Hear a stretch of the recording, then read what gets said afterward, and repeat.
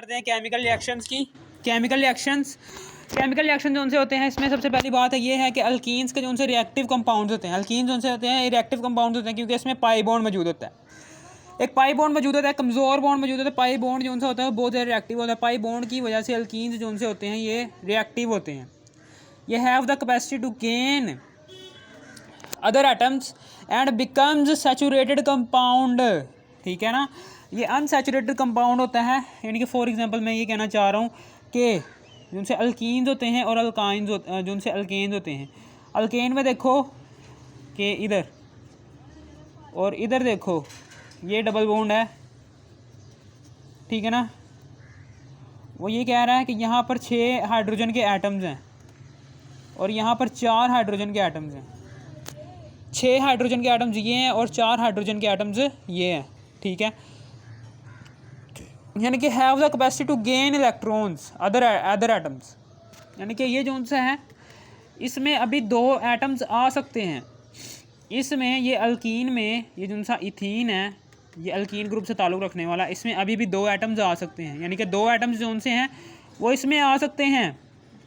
इसलिए हम कह सकते हैं कि ये क्या है, या ये अनसैचुरेटेड कंपाउंड है, ये दोबारा से सैचुरेटेड में तब्दील हो सकता है। इसमें अगर 2 एटम्स आ जाएंगे, किसी के भी कोई से भी 2 एटम्स आ जाएंगे तो ये बॉन्ड आ जाएगा सिंगल में और ये सैचुरेटेड कंपाउंड बन जाएगा, ठीक है। वो ये कहना चाह रहा है कि इसमें होता है सिग्मा बॉन्ड। सिग्मा बॉन्ड एक वीक बॉन्ड होता है, एक ताकतवर बॉन्ड होता है। इसमें पाई बॉन्ड होता है एक, और एक सिग्मा बॉन्ड होता है। पाई बॉन्ड जो होता है, पाई बॉन्ड की वजह से ये रिएक्टिव होते हैं। ये रिएक्टिव होते हैं क्योंकि पाई बॉन्ड जो उनसा होता है ये रिएक्टिव होता है, ये जल्दी से टूट जाता है। ये एक वीक बॉन्ड है। इस वीक बॉन्ड की वजह से जो उनसा सिग्मा बॉन्ड इसके साथ है वो भी टूट जाता है, ठीक है ना। ये सिग्मा बॉन्ड है, सिर्फ एक ही होता है, बहुत ही स्ट्रॉन्ग बॉन्ड होता है, इसलिए ये जो उनसा ये नहीं टूटता, ये टूट जाता है। जब ये पाई बॉन्ड इसे तोड़ देता है ना, पाई बॉन्ड जब ये टूट जाता है, बाकी जो उनसा सिग्मा रह जाता है, सिग्मा वो इधर आ जाएगा, ठीक है ना। सिग्मा जो उनसा है वो इधर आ जाएगा ना। ये देखें, जब पाई बॉन्ड है, पाई बॉन्ड टूटेगा तो सिग्मा बन जाएगा ना। सिग्मा बॉन्ड ये जब ये पाई बॉन्ड टूट जाएगा, ठीक है ना, तो ये सिग्मा में कन्वर्ट हो जाएगा। एक ही बॉन्ड का मतलब क्या है कि यहाँ पर अब आ गया है सिग्मा बॉन्ड। तो सिग्मा बॉन्ड किस में होता है, अल्केन में। इस तरह से अल्केन तैयार हो जाते हैं। यानी कि अनसैचुरेटेड कंपाउंड से हमने सैचुरेटेड कंपाउंड तैयार कर लिया, ठीक है ना। ये देखेंगे वो यही कह रहा है कि रिएक्टिव कंपाउंड होते हैं ये अल्कीन्स जो उनसे होते हैं, क्योंकि यहाँ पर पाई बॉन्ड होता है। पाई बॉन्ड एक वीक बॉन्ड होता है। पाई बॉन्ड की वजह से ये या हाइड्रोजन या फिर कोई सा भी एटम्स गेन करते हैं और सिंगल बॉन्ड में कन्वर्ट होने के बाद ये क्या बना देते हैं, सैचुरेटेड कंपाउंड बना देते हैं। ये अनसैचुरेटेड था, ये सैचुरेटेड कंपाउंड बन गया है, ठीक है। रिएक्टिव कंपाउंड होते हैं हैव द कैपेसिटी, इसके पास क्या कैपेसिटी है, have the capacity to gain other atoms. Have the capacity, इसके पास क्या है, अल्कीन्स के पास कैपेसिटी है क्योंकि इसके पास डबल बॉन्ड है, पर दो एटम्स अभी भी आ सकते हैं। मैक्सिमम हाइड्रोजन एटम्स इधर हैं, यहाँ पर मिनिमम हाइड्रोजन एटम्स हैं। यानी कि 2 एटम्स यहाँ पर अभी भी आ सकते हैं। जब वो 2 एटम्स आ जाएंगे तो फिर वो बन जाएगा एक सैचुरेटेड कंपाउंड। वो यही बात बता रहा है इधर, ठीक है ना, कि रिएक्टिव कंपाउंड होते हैं have the capacity to gain other atoms and becomes saturated compound, ठीक है। इसमें क्या होता है, इसमें double bond is converted into single bond. यानी कि डबल बॉन्ड जो सा होता है, ये डबल बॉन्ड है, ये पाई वाला डबल बॉन्ड है, ठीक है ना। यहाँ पर ये जब पाई बॉन्ड टूट जाएगा, जब 2 एटम्स आ जाएंगे बाहर से तो ये पाई बॉन्ड हो जाएगा, टूट जाएगा। जब पाई बॉन्ड टूट जाएगा तो रह गया सिग्मा बॉन्ड इसमें। तो सिग्मा बॉन्ड किस में होता है, अल्केन में। तो इस तरह से अल्केन तैयार हो जाएगी, ठीक है। और फिर उसके बाद आगे है एडिशन रिएक्शन है ये एक। इसमें क्या होता है, एन ऑर्गेनिक कंपाउंड इन विच, इसमें क्या होता है, एन ऑर्गेनिक कंपाउंड, एक ऑर्गेनिक कंपाउंड इन विच 2 और मोर मॉलिक्यूल्स, जिसमें 2 या 2 से ज़्यादा मॉलिक्यूल्स जो उनसे हैं वो मिलते हैं। 2 या 2 से ज़्यादा मॉलिक्यूल जो उनसे हैं वो मिलते हैं और बनाते हैं एक बड़ा सा मॉलिक्यूल, ठीक है ना। इसमें इन विच एन ऑर्गेनिक कंपाउंड, इसमें एडिशन रिएक्शन आपकी बुक में एक इस्तेलाह लिखी हुई है। इसका मतलब क्या है जी, एन ऑर्गेनिक कंपाउंड इन विच 2 और मोर मॉलिक्यूल्स कंबाइंड, जिसमें 2 या 2 से ज़्यादा जो उनसे मॉलिक्यूल्स हैं वो मिलते हैं टू जनरेट, बनाते हैं आप बिगर वन, एक बड़ा सा मॉलिक्यूल। हम इसे क्या कहते हैं, हम इसे बिगर वन को, इस बिगर वन, इस जो सा बड़ा सा मॉलिक्यूल बना है, इसको हम कहते हैं, ये क्या कौन सा बना है, ये अल्केन बन गया। ये देखिए, इसमें कार्बन जो उनसे 2 और 4 थे हाइड्रोजन के एटम्स, लेकिन अब जो उनसा बड़ा वाला बना है 2 कार्बन के एटम्स हैं और 6 हाइड्रोजन के एटम्स, इनके बड़ा मॉलिक्यूल बन गया है एज़ कम्पेयर टू इसके। ये छोटा मॉलिक्यूल है, ये बड़ा मॉलिक्यूल है। एंड ऑर्गेनिक कंपाउंड इन विच 2 और मोर मॉलिक्यूल्स, एक ऑर्गेनिक कंपाउंड, एक ऐसा ऑर्गेनिक कंपाउंड जिसमें 2 या 2 से ज़्यादा मॉलिक्यूल्स जो उनसे हैं वो आपस में मिलते हैं। 2 या 2 से ज़्यादा, 2 मॉलिक्यूल्स ये हैं, एक ऑर्गेनिक कंपाउंड में ये मॉलिक्यूल मिला है, और फिर उसके बाद एक बड़ा सा मॉलिक्यूल बनाएंगे, ये वाला बड़ा सा मॉलिक्यूल, जिसमें एटम्स की तादाद जो सी है वो ज़्यादा है। एटम्स की तादाद इसमें देखो, कार्बन के 2 एटम्स हैं और हाइड्रोजन के 4 एटम्स हैं। इसमें कार्बन के 2 एटम्स हैं और हाइड्रोजन के 6 एटम्स हैं। ये बड़ा मॉलिक्यूल बन गया है, ये छोटा मॉलिक्यूल है, यानी छोटे मॉलिक्यूल से कन्वर्ट हुआ है बड़े मॉलिक्यूल में। हम इस रिएक्शन को कहेंगे, ये कौन सा रिएक्शन है? एडिशन रिएक्शन, ठीक है ना। अनसैचुरेटेड कंपाउंड होते हैं लाइक अल्कीन और अल्काइन में ये जो सा है ये रिएक्शन ख़ास तौर पर पाया जाता है। ये रिएजेंट क्या चीज़ होती है सर? ये रिएजेंट जो सा होता है ये केमिकल रिएक्शन को चलाता है। इनके रिएजेंट जो से होते हैं ये होते हैं हाइड्रोजन हो गया, क्लोरीन हो गया, ब्रोमीन हो गया, आयोडीन हो गया, फ्लोरीन हो गया, सारे के सारे रिएजेंट्स हैं। ये क्या करते हैं? केमिकल रिएक्शन को चलाते हैं। कौन से? ये एडिशन रिएक्शन को। एडिशन रिएक्शंस को ये रिएजेंट्स ही चला रहे होते हैं। अगर ये हाइड्रोजन ना हो, इधर हाइड्रोजन नहीं है, तो फिर ये इथीन किसके साथ रिएक्शन करेगा? इथीन ने तो किसी के साथ अब रिएक्शन करना ही नहीं है, क्योंकि अब ये इथीन जो सा है ये किसी के साथ रिएक्शन कर ही नहीं सकता। जब ये रिएक्शन ही नहीं कर सकता तो ये बड़ा मॉलिक्यूल नहीं बन सकता अल्केन का, ठीक है, जिसमें ज़्यादा हाइड्रोजन के एटम्स और ज़्यादा कार्बन के एटम्स हैं। हम ये कह सकते हैं कि जो उनसे रीएजेंट्स हैं, हम इसको क्या कह सकते हैं? हम इसको रिएक्टेंट भी कह सकते हैं, क्योंकि ये रिएक्शन को चला रहे हैं।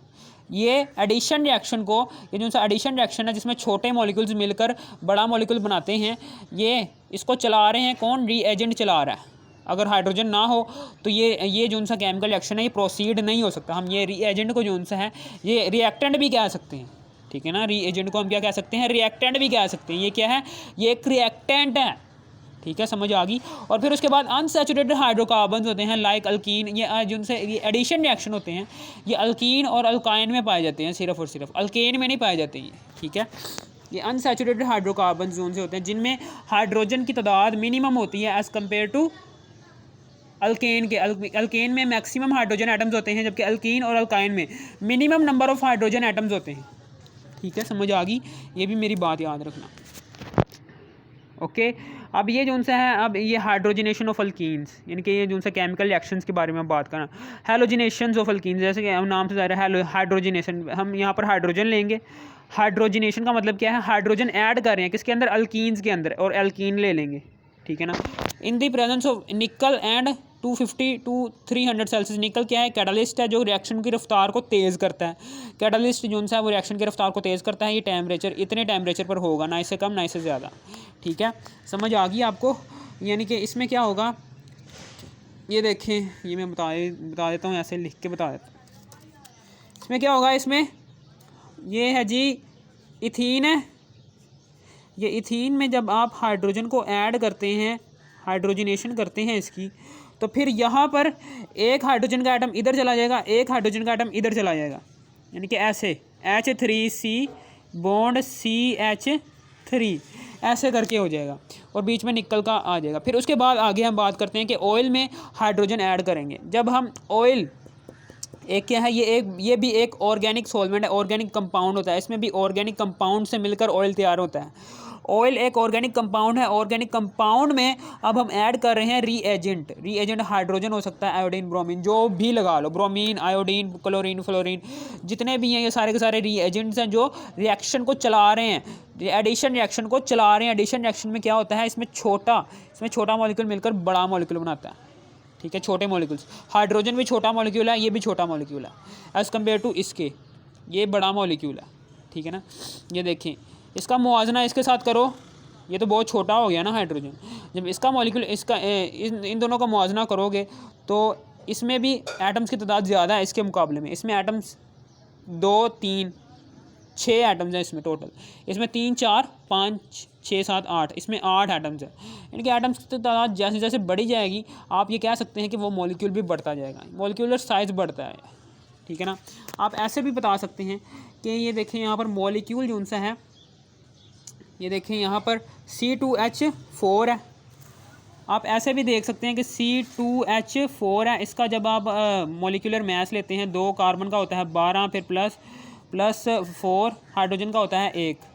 फिर इसी तरीके से C2H6 है, ठीक है, H6 है, हम इसका भी ले लेते हैं 2 12 फिर प्लस 6 और हाइड्रोजन का 1। यहाँ पर देखो 12 दूनी 24 24, 12 दूनी 24 24 और ये 4 28 हो गए, ठीक है ना। और 12 दूनी 24 24 25 26 27 और 28 29 30, 12 दूनी 24 24 में 6 ऐड करेंगे तो 30 आ जाएगा। ये देखें यहाँ पर देखो मॉलिक्यूलर मैस जोन सा है, मॉलिक्यूलर मैस जोन सा इसका 28 ग्राम है मॉलिक्यूलर मैस, और इसका मॉलिक्यूलर मैस देखो 30 ग्राम।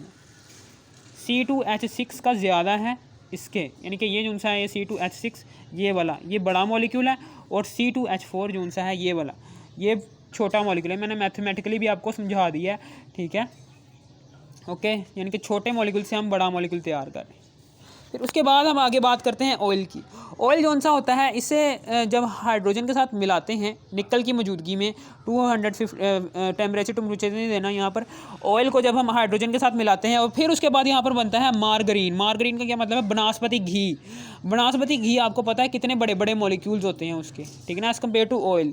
ऑयल में तो छोटे छोटे से मॉलिक्यूल्स होते हैं, नज़र भी नहीं आ रहे होते, लेकिन घी में देखोगे आप, घी में जो से इतने इतने बड़े बड़े मॉलिक्यूल्स आपस में जुड़कर इतना बड़ा सा वो ढेला सा बनाते हैं घी का, ठीक है ना। यानी कि ऑयल का कहाँ मॉलिक्यूल छोटे छोटे से होते हैं, यानी कि एक छोटे छोटे से मॉलिक्यूल जो उनसे ऑयल के हैं वो जब हाइड्रोजन के साथ मिलेंगे तो एक बड़ा सा मॉलिक्यूल बनाएंगे, बनस्पति घी के बड़े बड़े मॉलिक्यूल्स बना देंगे, ठीक है। ये क्या होगा, ये फैक्ट्रियों में इस्तेमाल होता है बनस्पति घी वाली, शान फैक्ट्री वगैरह, ठीक है ना, ऐसी फैक्ट्री जिनमें जहाँ पर घी तैयार होता है, शान घी हो गया, बनस्पति घी हो गया। Halogenation of alkenes. अब हम हैलोजिनेशन की बात करेंगे, ये भी वही है, इसमें भी वही है, कोई बात नहीं है इसमें, ये भी एडिशन ऑफ हैलोजिन होगा, यानी कि हैलोजिन की एडिशन होगी। हैलोजिन जो सा होगा वो एक रीएजेंट होगा और ये एडिशन रिएक्शन होगा। एडिशन रिएक्शन होगा जिसमें ये एक एडिशन रिएक्शन होगा और हैलोजिन क्या होगा, एक रिएजेंट। और फिर उसके ब्रोमिनेशन ऑफ अल्कीन इंपॉर्टेंट, ये जो सी ब्रोमिनेशन आप करने वाले हैं ये वाली, ये बहुत ही इंपॉर्टेंट रिएक्शन होता है। और फिर उसके बाद ब्रोमीन वाटर, जो सा ब्रोमीन का वाटर, ये ब्रोमीन वाटर है, ये वाला ब्रोमीन जो सा पानी के अंदर मिलाया हुआ है, ब्रोमीन को आप पानी के अंदर मिलाया हुआ है। जब ब्रोमीन का सोल्यूशन तैयार करते हैं पानी के अंदर तो वो जो सा सोल्यूशन होता है उसका कलर होता है रेड ब्राउन कलर, ठीक है ना, रेड ब्राउन कलर होता है। इज़ एडेड टू इथीन, जब आप इसको इथीन के अंदर डालेंगे, जब आप इस सॉल्यूशन को, इस ब्रोमीन वाटर सॉल्यूशन को जिसका रंग रेड ब्राउन कलर है, इसको आप पकड़कर इस इथीन के अंदर डालोगे, इस इथीन सॉल्वेंट के अंदर डालोगे, ये इथीन है, इथीन के अंदर डाल दिया, in an inert solvent, inert solvent like carbon tetra, ठीक है ना। अब आप ये inert solvent like carbon tetrachloride कहाँ से आ गया, ये इनर्ट सॉल्वेंट क्या होता है, इनर्ट सॉल्वेंट जो सा होता है, N inert solvent is a solvent, ये जो सा इनर्ट सॉल्वेंट होता है ये ऑर्गेनिक कंपाउंड के साथ मिलाया जाता है। क्यों मिलाया जाता है, ताकि ये जो सा है ये रीएजेंट्स को अपने अंदर हल कर सके। ये इथीन जो सा है, ये इथीन अपने अंदर ये जो सा ब्रोमीन वाटर सॉल्यूशन है इसको अपने अंदर हल कर सके। जब आप ये कार्बन टेट्राक्लोराइड इथीन के साथ नहीं ना मिलाएंगे तो ये रिएक्शन भी नहीं होगा, ठीक है ना। ये क्या है, एक इनर्ट सॉल्वेंट है। इनर्ट सॉल्वेंट एक ऐसा सॉल्वेंट होता है जो एक ऑर्गेनिक कंपाउंड की डिसोल्यूशन, यानी कि एक ऑर्गेनिक कंपाउंड की तहलील को बढ़ाता है। जब इस ऑर्गेनिक कंपाउंड इथीन में जब आप कार्बन टेट्राक्लोराइड को डालेंगे, एक इनर्ट सॉल्वेंट है, इसको आप डालेंगे, इनर्ट सॉल्वेंट को जब आप डालेंगे, ये इनर्ट सॉल्वेंट है, ठीक है ना। N inert solvent is a solvent with organic compound, यानी कि ऑर्गेनिक कंपाउंड के साथ, which is used for the dissolution of reagents, जो रीएजेंट्स की तहलील के लिए इस्तेमाल किया जाता है। यानी कि जो सा ये रीएजेंट है, ये जो सा रीएजेंट ब्रोमीन है, इसकी तहलील, इसको हल करने के लिए जो सा सॉल्वेंट मदद देता है, इथीन मदद करता है इथीन की, उस सॉल्वेंट को कहते हैं हम इनर्ट सॉल्वेंट। ये क्या है, इनर्ट सॉल्वेंट है जो इथीन में ब्रोमीन को हल करवा रहा है, ठीक है ना, समझ आ गई। जब हम इथीन में carbon tetrachloride as a inert solvent लेते हैं, फिर उसके बाद ब्रोमीन वाटर सॉल्यूशन जिसका कलर क्या है, रेड ब्राउन कलर, वो लेते हैं और फिर उसके बाद हम रिएक्शन करवाते हैं। तो अब क्या होगा, ये ब्रोमीन के दो एटम्स जोन से हैं, ये किनारे एक इधर चला जाएगा और एक इधर चला जाएगा। जब ये नुक्कर पर चले जाएंगे, ठीक है ना, तो यहाँ से डबल बॉन्ड ख़त्म हो जाएगा और ये सिंगल बॉन्ड रह जाएगा। ये ठीक है, समझ आ गई। मैं ये करके दिखा देता हूँ। इसमें क्या होता है, इसमें ये देखें, ये ब्रोमीन है, ये ब्रोमीन के 2 एटम्स हैं, ब्रोमीन के एक एटम इधर चला जाएगा, ये लो ब्रोमीन का एक एटम इधर चला गया H2C, और फिर उसके बाद बॉन्ड CH2 है और ब्रोमीन का एटम इधर चला गया। यानी कि ब्रोमीन के दोनों एटम्स जो से हैं वो नुक्कर पर चला जाएंगे और दरमियान में एक सिंगल बॉन्ड रह जाएगा। ये सिंगल बॉन्ड जो सा होगा ये सिग्मा बॉन्ड होगा, ठीक है ना। सिग्मा बॉन्ड किस में होता है? अल्केन में होता है। और इस तरीके से हमने अल्केन तैयार कर लिया। इसका मतलब क्या है? इसका नाम क्या है? इसका नाम है CH2H4 है।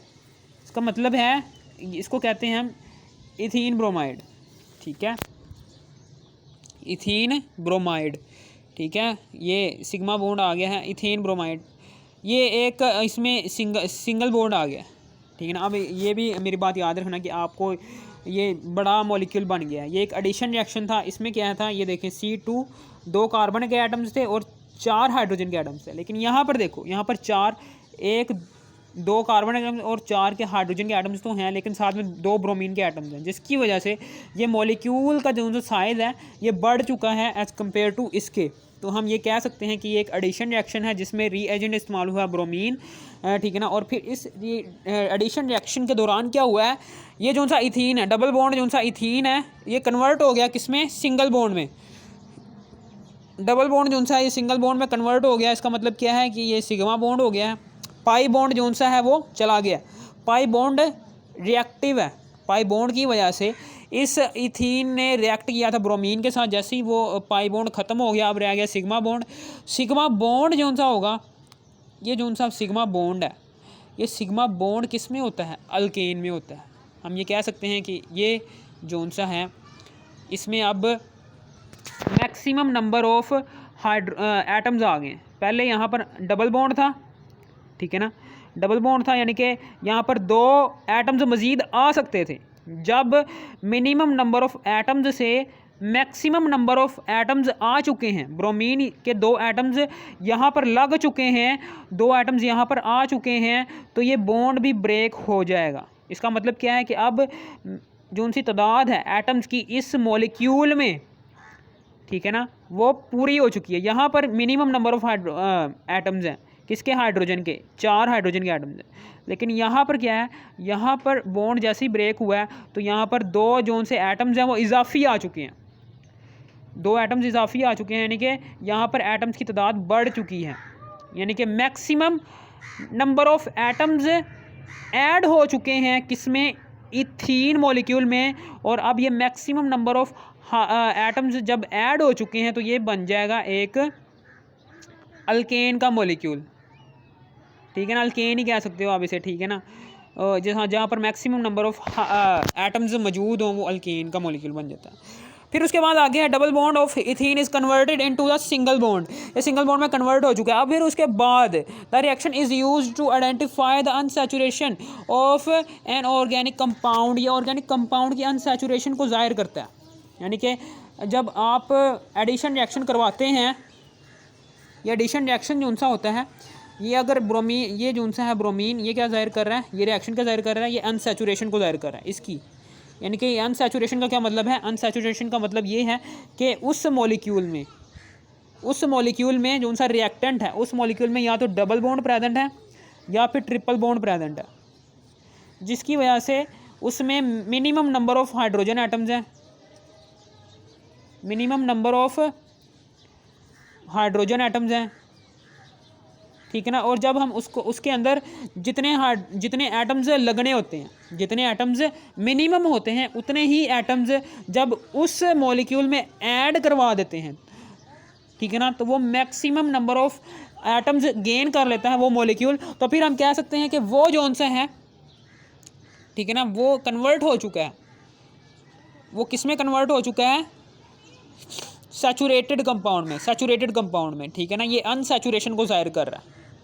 ये जो सा रिएक्शन है, ये हैलोजिनेशन का जो सा रिएक्शन होता है, ये अनसैचुरेशन को ज़ाहिर करता है। किसकी? ये अनसैचुरेशन को ज़ाहिर कर रहा है इस कंपाउंड की अनसैचुरेशन को ज़ाहिर कर रहा है कि यहाँ पर डबल बॉन्ड मौजूद है, यहाँ पर अभी एटम्स की ज़रूरत है। इस एटम्स की ज़रूरत को पूरा किसने करना है? इस ब्रोमीन ने, ठीक है। यह हो गया हमारा आज का टॉपिक क्लियर। अगर आपको समझ आ गई हो थोड़ी बहुत तो इसको लाइक कर देना। और फिर उसके बाद मैं जा रहा हूँ और मेरी जो सी कमेंट सेक्शन में मेरी वीडियोस का लिंक होता है पार्ट 1 पार्ट 2 पार्ट 3 वो भी देखा करो, ठीक है। UZ7, ठीक है, नीचे वो लिंक दिए होते हैं 1 2 3, वो भी देख लिया करो। और अगर आपको समझ आ गई हो तो लाइक ज़रूर ठोकना, सब्सक्राइब भी कर